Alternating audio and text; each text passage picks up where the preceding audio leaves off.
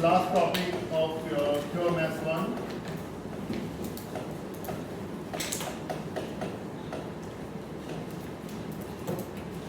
Okay, so first of all, we need to understand the definition of integration. In easy and simple way, integration is antiderivative. Antiderivative. So, integration, if I write definition here,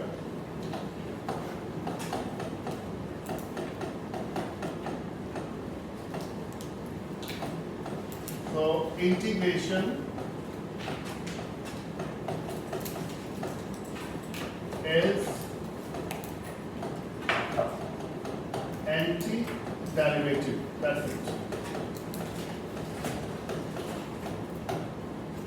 What does this mean? We can understand by an example here. If I take derivative of x squared by power rule, by exponential rule, what should be the derivative of x squared? BB?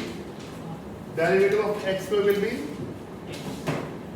Derivative of x squared will be 2x, right? So, if I take integration of 2x, basically we write like this dx also, that must be x squared, because integration is antiderivative. If derivative of one function is a second function, that means integration of second function should be the first function. It goes reverse way. So derivative is changing this function to this. Integration is changing this function to this. So that's the reason we call integration as antiderivative. Clear? Any doubt? Now, likewise, in derivative we have power rule. Likewise, we have power rule in integration also. So, next topic is power rule. What is power rule? Basically, in derivative of x power n is equal to nx power n minus 1. Yes or no? Derivative of x power n is nx power n minus 1, but integration of x power n, when we have integration, this is symbol of integration and there is one operator called dx. So this symbol, this function and this dx. So this together is called as integration of this function. Okay? So integration of x power n is, in power rule of derivative, this power comes in front and the original power is reduced by 1, right? So n comes in front and n reduced by 1, n minus 1. Here the exponent is increased by 1 and is divided. That's it. One more thing is, whenever you find integration, you write one symbol, one symbol C. C stands for a constant. This is a constant that is called constant of integration. Constant of integration. You always need to write this thing. Whenever you find integration, whenever you find integration of any function, you write plus C, a constant of integration. Why we need to write this constant of integration? Let me explain to you why. Why we need this thing? Why? Example. Now, I want to find integration of x power 2. Right? By power rule, it should be x power 2 plus 1 divided by 2 plus 1. Right? Clear? So I get here x cubed by 3. So by definition of derivative, integration of x square is x cubed by 3, right? Integration of x square is x cubed by 3. Derivative Integration is anti-derivative. That means derivative is anti-integration. So if I find derivative of this thing, this function, it must be this one, x square, right? So I check it now. So what is derivative of x cubed by 3? This is 1 by 3, it will come out 1 by 3. Derivative of x cubed is equal to 1 by 3 into, by power rule, 3x squared. 3 cancel, which is same, right? Clear? So derivative of x cubed by 3 is x squared, this one. What if I try to find derivative? I find derivative of x cubed by 3 plus 9, suppose, a constant.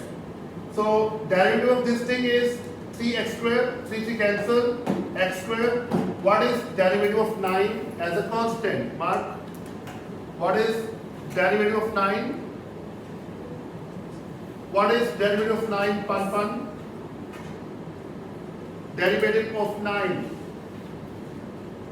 0. Derivative of constant is 0, right? So this is also x squared. Clear? So derivative of x cubed by 3 is x squared. Derivative of x cubed by 3 plus 9 is x squared, right?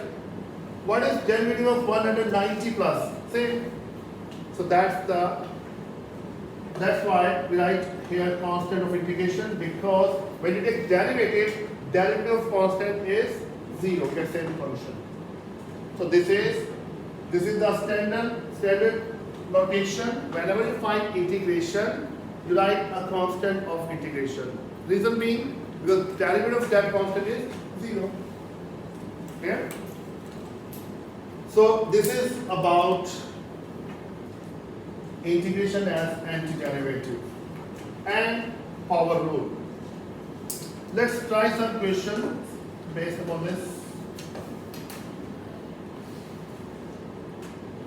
Can I borrow your book? Okay, let's try some questions. Exercise 9A, page 243.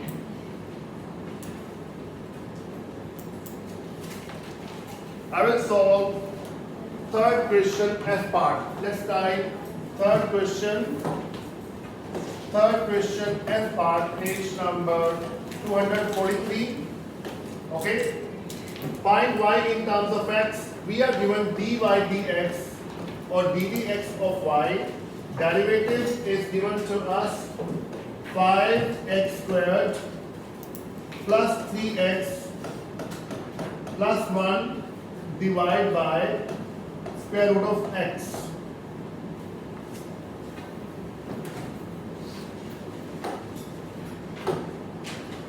Here. Now students, I want to take integration now, because integration can cancel this derivative, right? I will take integration on both sides. Integration of dy dx. If I use this symbol integration, I should write here dx also, right? Here. Integration of this whole fractional index 5x squared plus 3x plus 1 divided by square root of x dx. Clear? This dx cancelled. This is cancelled. And this derivative and integration cancel, we left with y only. So y is equal to. Okay? So y is equal to. Now I want to change this whole polynomial expression into individual terms. Means I am dividing each of the numerator term by root x. What I get? 5x squared by, what is root x? Root x is x power half, right? So this is, first term is 5x squared divided by x power half. So it means 5x power 2 minus half by rule of indices, plus 3x divided by x power half, it is 3x power 1 minus half. I am using this rule. am divided by an is equal to a power m minus n, rule of indices. When two numbers with same base are divided, their exponents are subtracted. So 5x squared divided by x half is 5x power 2 minus half. Just take the difference of powers. So same 3x power 1 divided by x power half is 3x power 1 minus half, plus what is next now? 1 divided by x power half, it will be x power minus half. Is that clear, guys? This step okay or not? If I do some mistake, let me know, okay? I hope it is fine.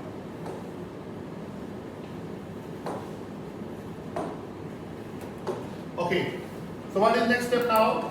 I will take integration of individual terms as function to apply power rule. So this is 5 is out, integration x power 2 minus half is how much? 2 minus half is 1 and a half, which is 3 by 2. This is, I'm taking integration of first term now, plus 3. I'm taking constant out of the integration like we did in the derivatives also, right? Coefficients come out. X power 1 minus half is x power 1 minus half is half, right?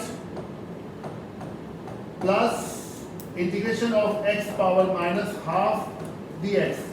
By just distributing the integration over each term, we get now very simple functions to apply power rule of integration. Power rule of integration is x power n. I write for you here if you want. What is power rule? X power n dx integral is x power n plus 1 over n plus 1 plus constant of integration. So this is 5 into multiply x power 3 by 2 plus 1, x power 3 by 2 plus 1 divided by same number, right? By power rule, plus 3 into x power 1 by 2 plus 1 divided by same number, plus x power minus half plus 1 divided by same number, plus a constant of integration. Don't forget to write that.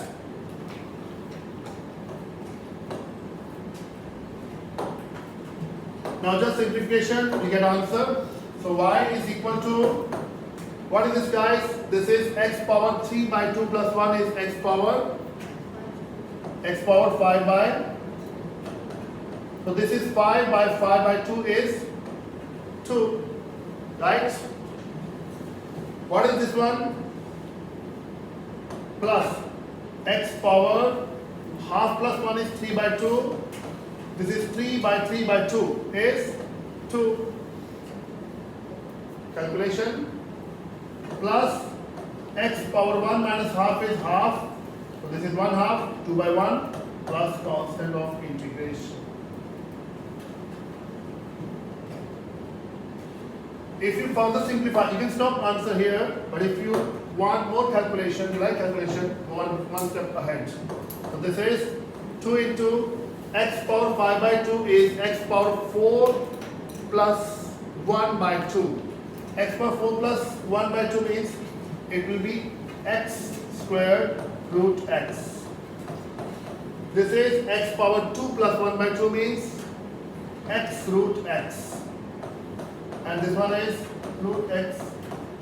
I'm just changing the exponents into radicals, into square roots.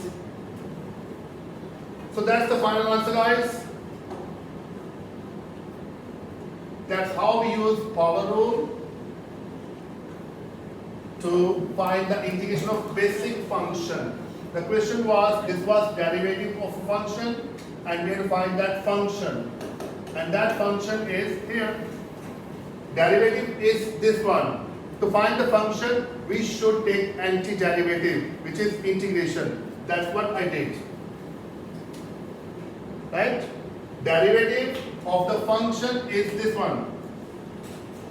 To find this function, I should cut off this derivative So by using definition of antiderivative as integration, I take integration, I got the function. So this is answer. So you understand this basic example, students, how to find integration by just using some algebraic manipulation and using the power rule. Is that fine? Any doubts? Tada, any doubt? Okay, good.